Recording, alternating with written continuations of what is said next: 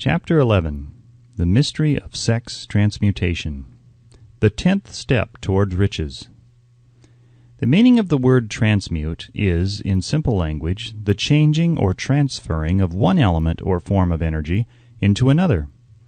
The emotion of sex brings into being a state of mind. Because of ignorance on the subject, this state of mind is generally associated with the physical, and because of improper influences to which most people have been subjected in acquiring knowledge of sex, things essentially physical have highly biased the mind. The emotion of sex has back of it the possibility of three constructive potentialities. They are 1. The perpetuation of mankind. 2. The maintenance of health. As a therapeutic agency, it has no equal. 3. The transformation of mediocrity into genius through transmutation. Sex transmutation is simple and easily explained. It means the switching of the mind from thoughts of physical expression to thoughts of some other nature. Sex desire is the most powerful of human desires. When driven by this desire, men develop keenness of imagination, courage, willpower, persistence, and creative ability unknown to them at other times. So strong and impelling is the desire for sexual contact that men freely run the risk of life and reputation to indulge it. When harnessed and redirected along other lines, this motivating force maintains all of its attributes of keenness of imagination, courage, etc., which may be used as powerful creative forces in literature, art, or any other profession or calling, including, of course, the accumulation of riches. The transmutation of sexual energy calls for the exercise of willpower, to be sure, but the reward is worth the effort. The desire for sexual expression is inborn and natural. The desire cannot and should not be submerged or eliminated, but it should be given an outlet through forms of expression which enrich the body, mind, and spirit of man. If not given this form of outlet, through transmutation, it will seek outlets through purely physical channels. A river may be dammed and its water controlled for a time, but eventually it will force an outlet. The same is true of the emotion of sex. It may be submerged and controlled for a time, but its very nature causes it to be ever seeking means of expression.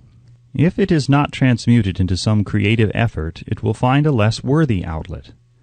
Fortunate indeed is the person who has discovered how to give sex emotion an outlet through some form of creative effort, for he has, by that discovery, lifted himself to the status of a genius. Scientific research has disclosed these significant facts. 1. The men of greatest achievement are men with highly developed sex natures, men who have learned the art of sex transmutation. 2. The men who have accumulated great fortunes and achieved outstanding recognition in literature, art, industry, architecture, and the professions were motivated by the influence of a woman. The research from which these astounding discoveries were made went back through the pages of biography and history for more than 2,000 years. Wherever there was evidence available in connection with the lives of men and of great achievement, it indicated most convincingly that they possessed highly developed sex natures. The emotion of sex is an irresistible force against which there can be no such opposition as an immovable body. When driven by this emotion, men become gifted with a superpower for action. Understand this truth, and you will catch the significance of the statement that sex transmutation will lift one to the status of a genius. The emotion of sex contains the secret of creative ability. Destroy the sex glands, whether in man or beast, and you have removed the major source of action. For proof of this, observe what happens to any animal after it has been castrated. A bull becomes as docile as a cow after it has been altered sexually. Sex alteration takes out of the male, whether man or beast, all the fight that was in him. Sex alteration of the female has the same effect. The 10 mind stimuli. The human mind responds to stimuli through which it may be keyed up to high rates of vibration, known as enthusiasm, creative imagination, intense desire, etc. The stimuli to which the mind responds most freely are 1. The desire for sex expression. 2. Love. 3. A burning desire for fame, power, or financial gain, money. 4. Music. 5. Friendship between either of those of the same sex or those of the opposite sex. 6. A mastermind alliance based upon the harmony of two or more people who ally themselves for spiritual or temporal advancement. 7. Mutual suffering, such as that experienced by people who are persecuted. 8. Autosuggestion. 9. Fear. 10. Narcotics and alcohol. The desire for sex expression comes at the head of the list of stimuli which most effectively step up the vibrations of the mind and start the wheels of physical action. 8 of these stimuli are natural and constructive. 2 are destructive. The list is here presented for the purpose of enabling you to make a comparative study of the major sources of mind stimulation. From this study, it will be readily seen that the emotion of sex is by great odds the most intense and powerful of all mind stimuli. This comparison is necessary as a foundation for proof of the statement that transmutation of sex energy may lift one to the status of a genius. Let us find out what constitutes a genius. Some wiseacre has said that a genius is a man who wears long hair, eats queer food, lives alone, and serves as a target for the joke-makers. A better definition of a genius is a man who has discovered how to increase the vibrations of thought to the point where he can freely communicate with sources of knowledge not available through the ordinary rate of vibration of thought. The person who thinks will want to ask some questions concerning this definition of genius. The first question will be, how may one communicate with sources of knowledge which are not available through the ordinary rate of vibration of thought? The next question will be, are there known sources of knowledge which are available only to genii? And if so, what are these sources, and exactly how may they be reached? We shall offer proof of the soundness of some of the more important statements made in this book, or at least we shall offer evidence through which you may secure your own proof through experimentation, and in doing so we shall answer both of these questions. Genius is developed through the sixth sense. The reality of the sixth sense has been fairly well established. This sixth sense is creative imagination. The faculty of creative imagination is one which the majority of people never use during an entire lifetime, and if used at all, it usually happens by mere accident. A relatively small number of people use, with deliberation and purpose aforethought, the faculty of creative imagination. Those who use this faculty voluntarily and with understanding of its function are genii. The faculty of creative imagination is the direct link between the finite mind of man and infinite intelligence. All so-called revelations referred to in the realm of religion, and all discoveries of basic or new principles in the field of invention, take place through the faculty of creative imagination. When ideas or concepts flash into one's mind through what is popularly called a hunch, they come from one or more of the following sources. 1. Infinite intelligence. 2. One's subconscious mind, wherein is stored every sense impression and thought impulse which ever reached the brain through any of the 5 senses. 3. From the mind of some other person who has just released the thought or picture of the idea or concept through conscious thought, or 4. From the other person's subconscious storehouse. There are no other known sources from which inspired ideas or hunches may be received. The creative imagination functions best when the mind is vibrating due to some form of mind stimulation at an exceedingly high rate, that is, when the mind is functioning at a rate of vibration higher than that of ordinary normal thought.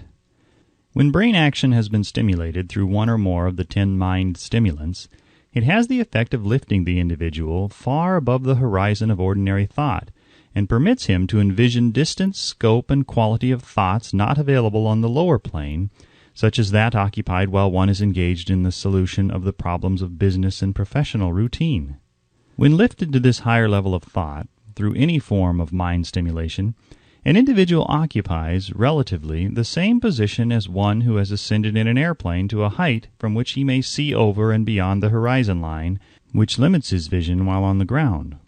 Moreover, while on this higher level of thought, the individual is not hampered or bound by any of the stimuli which circumscribe and limit his vision while wrestling with the problems of gaining the 3 basic necessities of food, clothing, and shelter.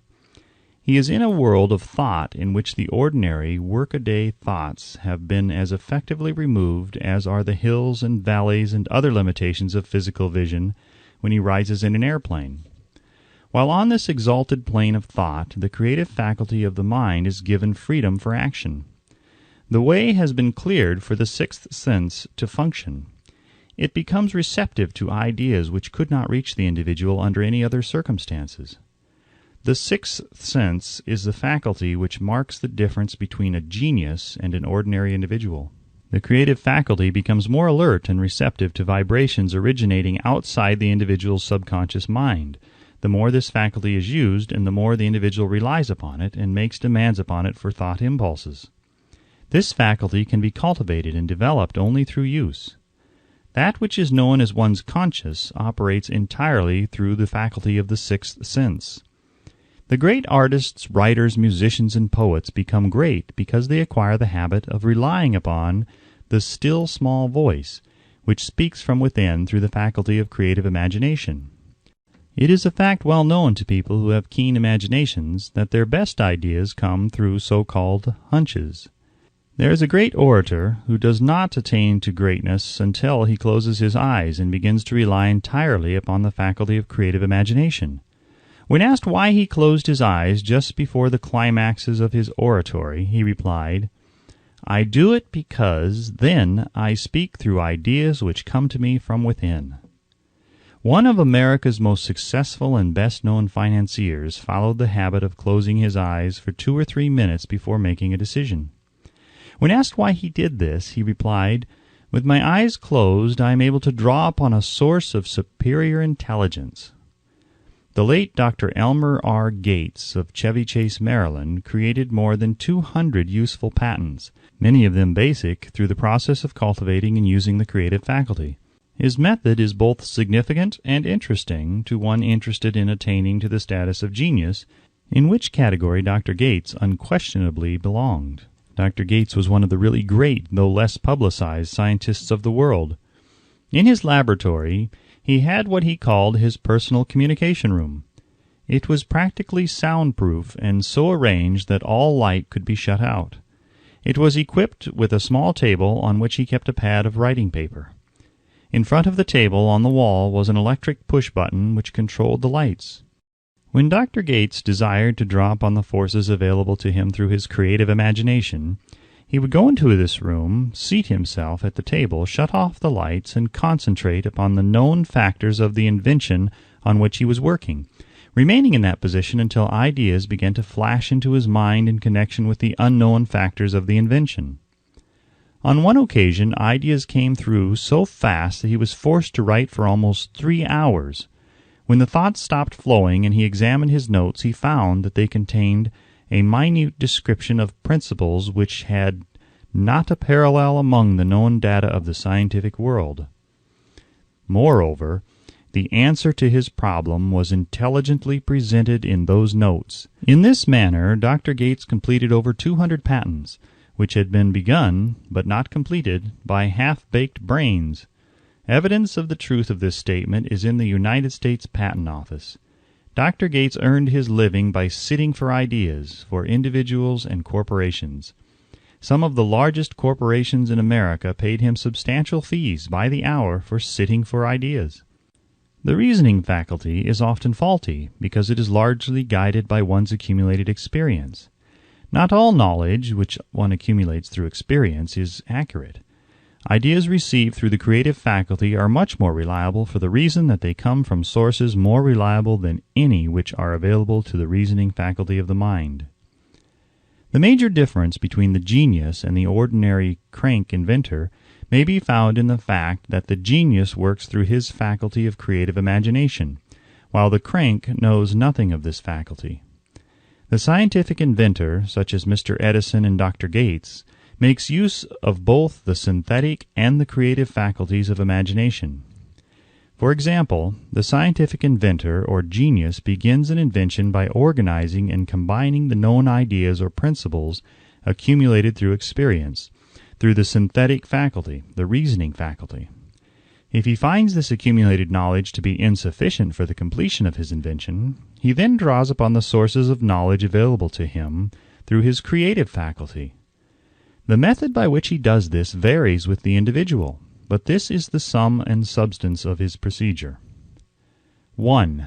He stimulates his mind so that it vibrates on a higher than average plane, using one or more of the 10 mind stimulants or some other stimulant of his choice. 2. He concentrates upon the known factors, the finished part, of his invention, and creates in his mind a perfect picture of unknown factors, the unfinished part of his invention. He holds this picture in his mind until it has been taken over by the subconscious mind, then relaxes by clearing his mind of all thought and waits for his answers to flash into his mind. Sometimes the results are both definite and immediate. At other times the results are negative, depending upon the state of development of the sixth sense or creative faculty. Mr. Edison tried out more than 10,000 different combinations of ideas through the synthetic faculty of his imagination before he tuned in through the creative faculty and got the answer which perfected the incandescent light. His experience was similar when he produced the talking machine. There is plenty of reliable evidence that the faculty of creative imagination exists.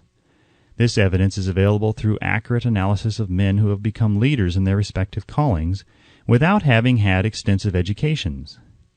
Lincoln was a notable example of a great leader who achieved greatness through the discovery and use of his faculty of creative imagination. He discovered and began to use this faculty as the result of the stimulation of love which he experienced after he met Anne Rutledge, a statement of the highest significance in connection with the study of the source of genius. The pages of history are filled with the records of great leaders whose achievements may be traced directly to the influence of women who aroused the creative faculties of their minds through the stimulation of sex desire. Napoleon Bonaparte was one of these. When inspired by his first wife, Josephine, he was irresistible and invincible. When his better judgment or reasoning faculty prompted him to put Josephine aside, he began to decline. His defeat and St. Helena were not far distant. If good taste would permit, we might easily mention scores of men, well known to the American people, who climbed to great heights of achievement under the stimulating influence of their wives, only to drop back to destruction after money and power went to their heads and they put aside the old wife for a new one. Napoleon was not the only man to discover that sex influence, from the right source, is more powerful than any substitute of expediency which may be created by mere reason. The human mind responds to stimulation. Among the greatest and most powerful of these stimuli is the urge of sex. When harnessed and transmuted, this driving force is capable of lifting men into that higher sphere of thought which enables them to master the sources of worry and petty annoyance which beset their pathway on the lower plane. Unfortunately, only the genii have made the discovery. Others have accepted the experience of sex urge without discovering one of its major potentialities, a fact which accounts for the great number of others as compared to the limited number of genii. For the purpose of refreshing the memory in connection with the facts available from the biographies of certain men, we here present the names of a few men of outstanding achievement, each of whom was known to have been of a highly sexed nature. The genius which was theirs undoubtedly found its source of power in transmuted sex energy. George Washington, Napoleon Bonaparte, William Shakespeare, Abraham Lincoln, Ralph Waldo Emerson, Robert Burns, Thomas Jefferson, Elbert Hubbard, Albert H. Gary, Oscar Wilde, Woodrow Wilson, John H. Patterson, Andrew Jackson, Enrico Caruso. Your own knowledge of biography will enable you to add to this list. Find, if you can, a single man in all history of civilization who achieved outstanding success in any calling who was not driven by a well-developed sex nature. If you do not wish to rely upon biographies of men not now living, take inventory of those whom you know to be men of great achievement, and see if you can find one among them who is not highly sexed. Sex energy is the creative energy of all genii. There never has been and never will be a great leader, builder, or artist lacking in this driving force of sex. Surely no one will misunderstand these statements to mean that all who are highly sexed are genii.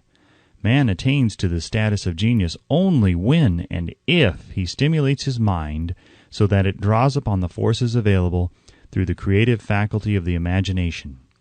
Chief among the stimuli with which this stepping up of the vibrations may be produced is sex energy. The mere possession of this energy is not sufficient to produce a genius. The energy must be transmuted from desire for physical contact into some other form of desire and action before it will lift one to the status of a genius. Far from becoming genii, because of great sex desires, the majority of men lower themselves through misunderstanding and misuse of this great force to the status of the lower animals. Why men seldom succeed before 40. I discovered from the analysis of over 25,000 people that men who succeed in an outstanding way seldom do so before the age of 40, and more often they do not strike their real pace until they are well beyond the age of 50. This fact was so astounding that it prompted me to go into the study of its cause most carefully, carrying the investigation over a period of more than 12 years. This study disclosed the fact that the major reason why the majority of men who succeeded do not begin to do so before the age of 40 to 50 is their tendency to dissipate their energies through overindulgence in physical expression of the emotion of sex. The majority of men never learn that the urge of sex has other possibilities, which far transcend in importance that of mere physical expression. The majority of those who make this discovery do so after having wasted many years at a period when the sex energy is at its height, prior to the age of 45 to 50. This usually is followed by noteworthy achievement. The lives of many men up to and sometimes well past the age of 40 reflect a continued dissipation of energies which could have been more profitably turned into better channels. Their finer and more powerful emotions are sown wildly in the four winds. Out of this habit of the male grew the term, sowing his wild oats. The desire for sexual expression is by far the strongest and most impelling of all human emotions, and for this very reason this desire, when harnessed and transmuted into action other than that of physical expression, may raise one to the status of a genius. One of America's most able businessmen frankly admitted that his attractive secretary was responsible for most of the plans he created. He admitted that her presence lifted him to heights of creative imagination such as he could experience under no other stimulus. One of the most successful men in America owes most of his success to the influence of a very charming young woman who has served as his source of inspiration for more than 12 years. Everyone knows the man to whom this reference is made, but not everyone knows the real source of his achievements.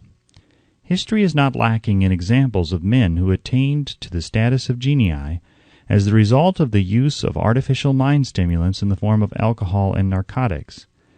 Edgar Allan Poe wrote The Raven while under the influence of liquor, dreaming dreams that mortal never dared to dream before. James Whitcomb Riley did his best writing while under the influence of alcohol. Perhaps it was thus he saw the ordered intermingling of the real and the dream, the mill above the river and the mist above the stream. Robert Burns wrote best when intoxicated, "For auld lang syne, my dear, we'll take a cup of kindness yet for auld lang syne." But let it be remembered that many such men have destroyed themselves in the end.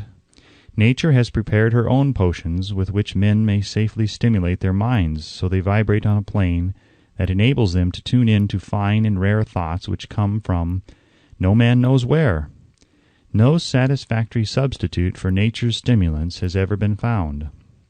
It is a fact well known to psychologists that there is a very close relationship between sex desires and spiritual urges, a fact which accounts for the peculiar behavior of people who participate in the orgies known as religious revivals, common among the primitive types.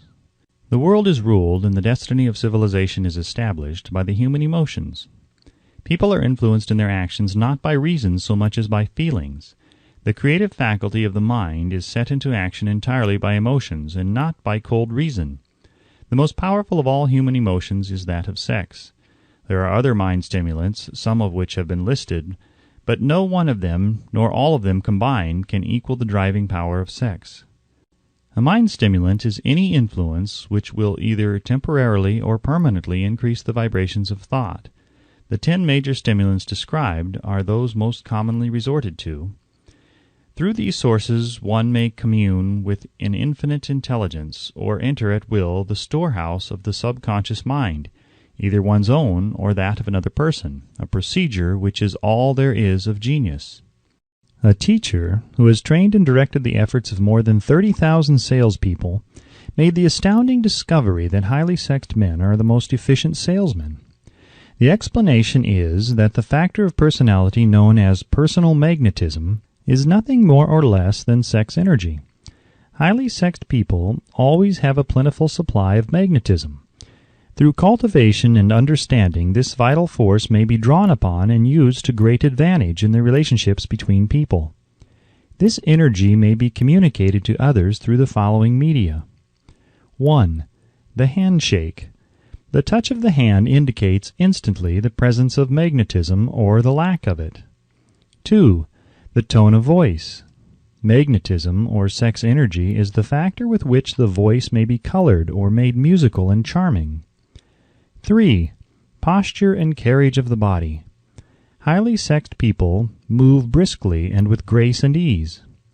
4. The vibrations of thought. Highly sexed people mix the emotion of sex with their thoughts, or may do so at will, and in that way may influence those around them. 5. Body adornment. People who are highly sexed are usually very careful about their personal appearance. They usually select clothing of a style becoming to their personality, physique, complexion, etc. When employing salesmen, the more capable sales manager looks for the quality of personal magnetism as the first requirement of a salesman. People who lack sex energy will never become enthusiastic, nor inspire others with enthusiasm, and enthusiasm is one of the most important requisites in salesmanship, no matter what one is selling. The public speaker, orator, preacher, lawyer, or salesman who is lacking in sex energy is a flop, as far as being able to influence others is concerned. Couple with this the fact that most people can be influenced only through an appeal to their emotions, and you will understand the importance of sex energy as a part of the salesman's native ability. Master salesmen attain the status of mastery in selling because they, either consciously or unconsciously, transmute the energy of sex into sales enthusiasm. In this statement may be found a very practical suggestion as to the actual meaning of sex transmutation. The salesman who knows how to take his mind off the subject of sex and direct it in sales effort with as much enthusiasm and determination as he would apply to its original purpose, has acquired the art of sex transmutation, whether he knows it or not. The majority of salesmen who transmute their sex energy do so without being in the least aware of what they are doing or how they are doing it. Transmutation of sex energy calls for more willpower than the average person cares to use for this purpose. Those who find it difficult to summon willpower sufficient for transmutation may gradually acquire this ability. Though this requires willpower, the reward for the practice is more than worth the effort. The entire subject of sex is one with which the majority of people appear to be unpardonably ignorant. The urge of sex has been grossly misunderstood, slandered, and burlesqued by the ignorant and the evil-minded for so long that the very word sex is seldom used in polite society. Men and women who are known to be blessed, yes, blessed with highly sexed natures, are usually looked upon as being people who will bear watching. Instead of being called blessed, they are usually called cursed. Millions of people, even in this age of enlightenment, have inferiority complexes which they developed because of this false belief that a highly sexed nature is a curse. These statements of the virtue of sex energy should not be construed as justification for the libertine. The emotion of sex is a virtue only when used intelligently and with discrimination. It may be misused, and often is, to such an extent that it debases instead of enriches both body and mind. The better use of this power is the burden of this chapter. It seemed quite significant to the author when he made the discovery that practically every great leader whom he had the privilege of analyzing, was a man whose achievements were largely inspired by a woman. In many instances, the woman in the case was a modest, self-denying wife, of whom the public had heard but little or nothing. In a few instances, the source of inspiration has been traced to the other woman. Perhaps such cases may not be entirely unknown to you. Intemperance in sex habits is just as detrimental as intemperance in habits of drinking and eating. In this age in which we live, an age which began with the World War, intemperance in habits of sex is common. This orgy of indulgence may account for the shortage of great leaders. No man can avail himself of the forces of his creative imagination while dissipating them. Man is the only creature on earth which violates nature's purpose in this connection.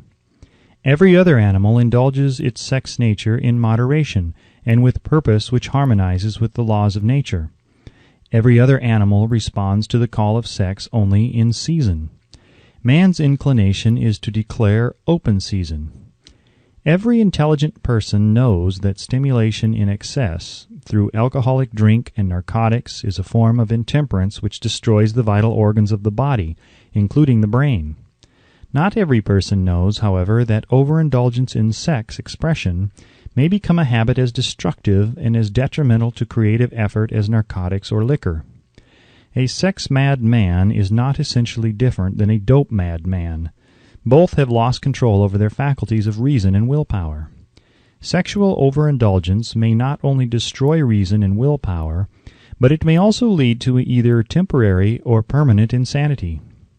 Many cases of hypochondria, imaginary illness, grow out of habits developed in ignorance of the true function of sex.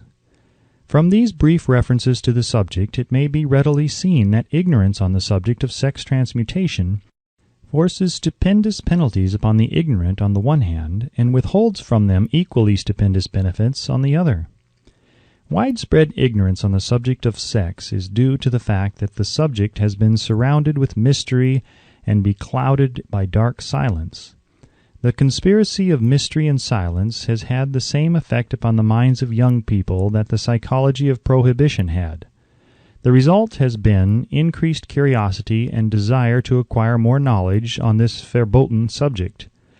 And, to the shame of all lawmakers and most physicians, by training best qualified to educate youth on that subject, information has not been easily available.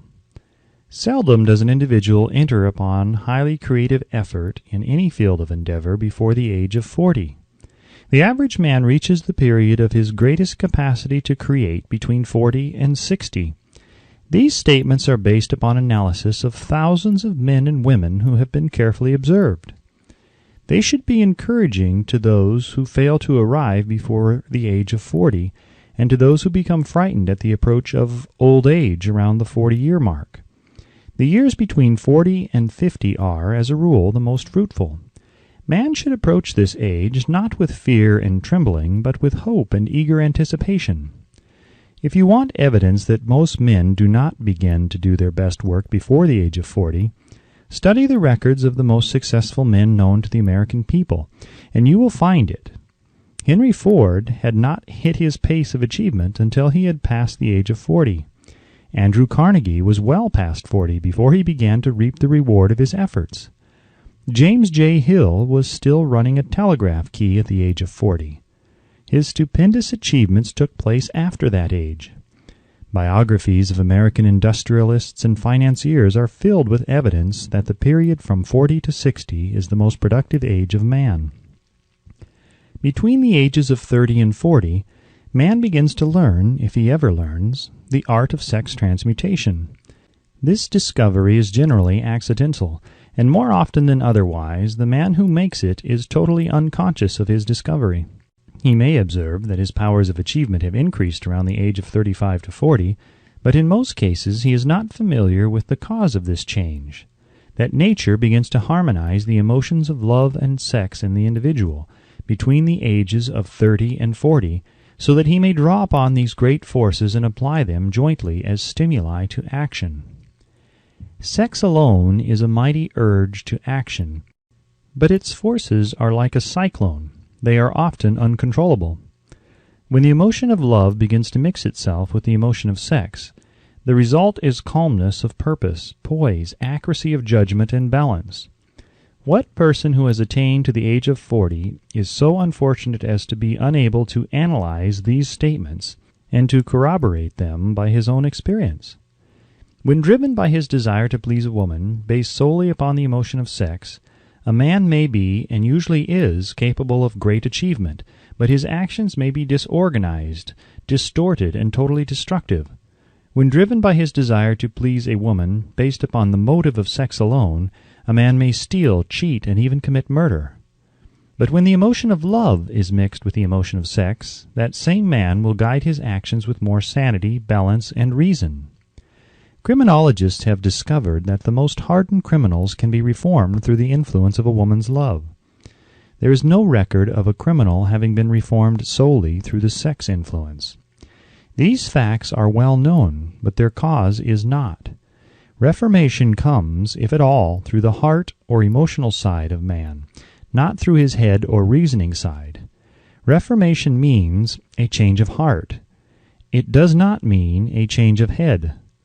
A man may, because of reason, make certain changes in his personal conduct to avoid the consequences of undesirable effects, but genuine reformation comes only through a change of heart, through a desire to change. Love, romance, and sex are all emotions capable of driving men to heights of superachievement. Love is the emotion which serves as a safety valve and ensures balance, poise, and constructive effort. When combined, these three emotions may lift one to an altitude of a genius. There are genii, however, who know but little of the emotion of love. Most of them may be found engaged in some form of action which is destructive, or at least not based upon justice and fairness toward others.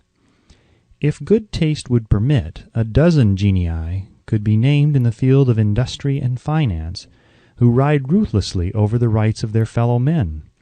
They seem totally lacking in conscience. The reader can easily supply his own list of such men. The emotions are states of mind. Nature has provided man with a chemistry of the mind which operates in a manner similar to the principles of chemistry of matter. It is a well-known fact that through the aid of chemistry of matter, a chemist may create a deadly poison by mixing certain elements, none of which are in themselves harmful in the right proportions.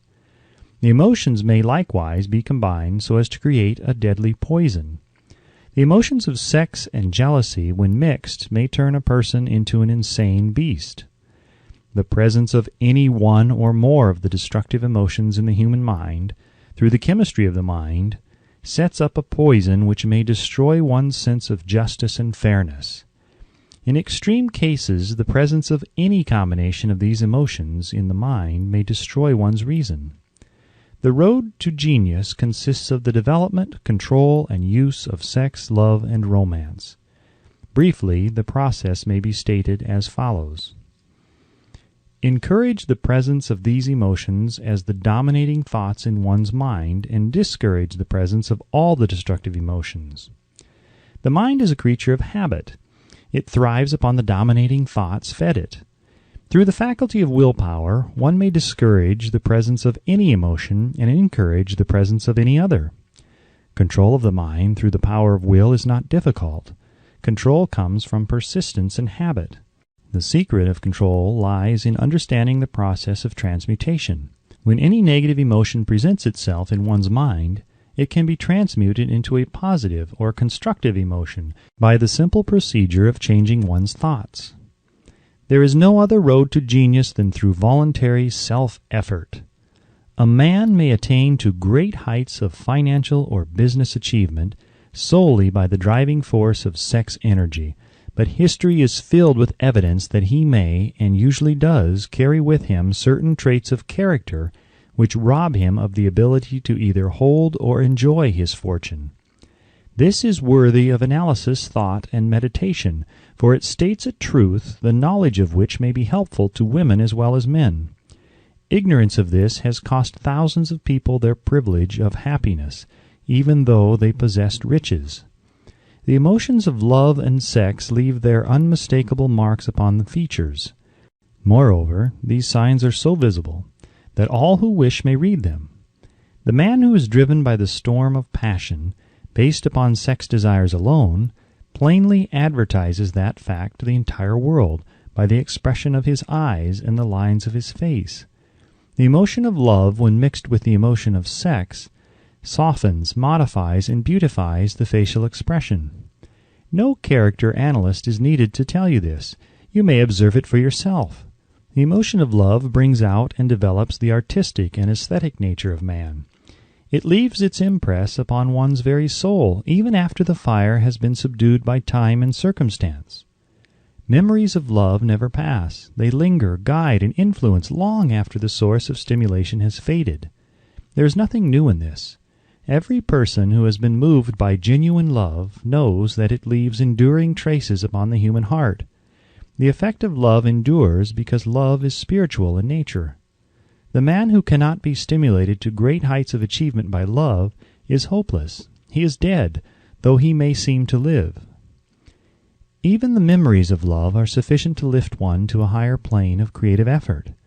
The major force of love may spend itself and pass away, like a fire which has burned itself out, but it leaves behind indelible marks as evidence that it has passed that way. Its departure often prepares the human heart for a still greater love. Go back into your yesteryears at times, and bathe your mind in the beautiful memories of past love. It will soften the influence of the present worries and annoyances. It will give you a source of escape from the unpleasant realities of life, and maybe, who knows, your mind will yield to you, during this temporary retreat into the world of fantasy, ideas or plans which may change the entire financial or spiritual status of your life. If you believe yourself unfortunate because you have loved and lost, perish the thought. One who has loved truly can never lose entirely.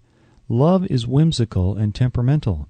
Its nature is ephemeral and transitory. It comes when it pleases and goes away without warning. Accept and enjoy it while it remains, but spend no time worrying about its departure. Worry will never bring it back. Dismiss also the thought that love never comes but once. Love may come and go, times without number, but there are no two love experiences which affect one in just the same way. There may be, and there usually is, one love experience which leaves a deeper imprint on the heart than all the others. But all love experiences are beneficial except to the person who becomes resentful and cynical when love makes its departure. There should be no disappointment over love, and there would be none if people understood the difference between the emotions of love and sex. The major difference is that love is spiritual, while sex is biological. No experience which touches the human heart with a spiritual force can possibly be harmful, except through ignorance or jealousy. Love is, without question, life's greatest experience. It brings one into communication with infinite intelligence. When mixed with the emotions of romance and sex, it may lead one far up the ladder of creative effort. The emotions of love, sex, and romance are sides of the eternal triangle of achievement, building genius. Nature creates genii through no other force. Love is an emotion with many sides, shades, and colors. The love which one feels for parents or children is quite different from that which one feels for one's sweetheart. The one is mixed with the emotion of sex, while the other is not. The love which one feels in true friendship is not the same as that felt for one's sweetheart, parents, or children, but it, too, is a form of love. Then there is the emotion of love for things inanimate, such as the love of nature's handiwork. But the most intense and burning of all these various kinds of love is that experienced in the blending of the emotions of love and sex. Marriages, not blessed with the eternal affinity of love, properly balanced and proportioned with sex, cannot be happy ones, and seldom endure. Love alone will not bring happiness in marriage, nor will sex alone. When these two beautiful emotions are blended, marriage may bring about a state of mind closest to the spiritual that one may ever know on this earthly plane. When the emotion of romance is added to those of love and sex, the obstructions between the finite mind of man and infinite intelligence are removed. Then a genius has been born. What a different story is this than those usually associated with the emotion of sex. Here is an interpretation of the emotion which lifts it out of the commonplace and makes of it potter's clay in the hands of God, from which he fashions all that is beautiful and inspiring. It is an interpretation which would, when properly understood, bring harmony out of the chaos which exists in too many marriages. The disharmonies often expressed in the form of nagging may usually be traced to lack of knowledge on the subject of sex. Where love, romance, and the proper understanding of the emotion and function of sex abide, there is no disharmony between married people. Fortunate is the husband whose wife understands the true relationship between the emotions of love, sex, and romance. When motivated by this holy triumvirate, no form of labor is burdensome, because even the most lowly form of effort takes on the nature of a labor of love. It is a very old saying that a man's wife may either make him or break him, but the reason is not always understood. The making and breaking is the result of the wife's understanding or lack of understanding of the emotions of love, sex, and romance. Despite the fact that men are polygamous by the very nature of their biological inheritance, it is true that no woman has as great an influence on a man as his wife, unless he is married to a woman totally unsuited to his nature. If a woman permits her husband to lose interest in her and become more interested in other women, it is usually because of her ignorance or indifference toward the subjects of sex, love, and romance. This statement presupposes, of course, that genuine love once existed between a man and his wife. The facts are equally applicable to a man who permits his wife's interest in him to die. Married people often bicker over a multitude of trivialities.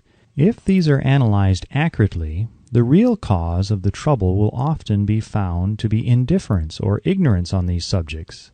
Man's greatest motivating force is his desire to please woman. The hunter who excelled during prehistoric days before the dawn of civilization did so because of his desire to appear great in the eyes of woman. Man's nature has not changed in this respect. The hunter of today brings home no skins of wild animals, but he indicates his desire for her favor by supplying fine clothes, motor cars, and wealth. Man has the same desire to please woman that he had before the dawn of civilization. The only thing that has changed is his method of pleasing. Men who accumulate large fortunes and attain to great heights of power and fame do so mainly to satisfy their desire to please women. Take women out of their lives, and great wealth would be useless to most men. It is this inherent desire of man to please woman which gives woman the power to make or break a man. The woman who understands man's nature and tactfully caters to it need have no fear of competition from other women. Men may be giants with indomitable willpower when dealing with other men, but they are easily managed by the woman of their choice. Most men will not admit that they are easily influenced by the women they prefer, because it is in the nature of the male to want to be recognized as the stronger of the species. Moreover, the intelligent woman recognizes this manly trait and very wisely makes no issue of it. Some men know that they are being influenced by the women of their choice, their wives, sweethearts, mothers, or sisters, but they tactfully refrain from rebelling against the influence because they are intelligent enough to know that no man is happy or complete without the modifying influence of the right woman.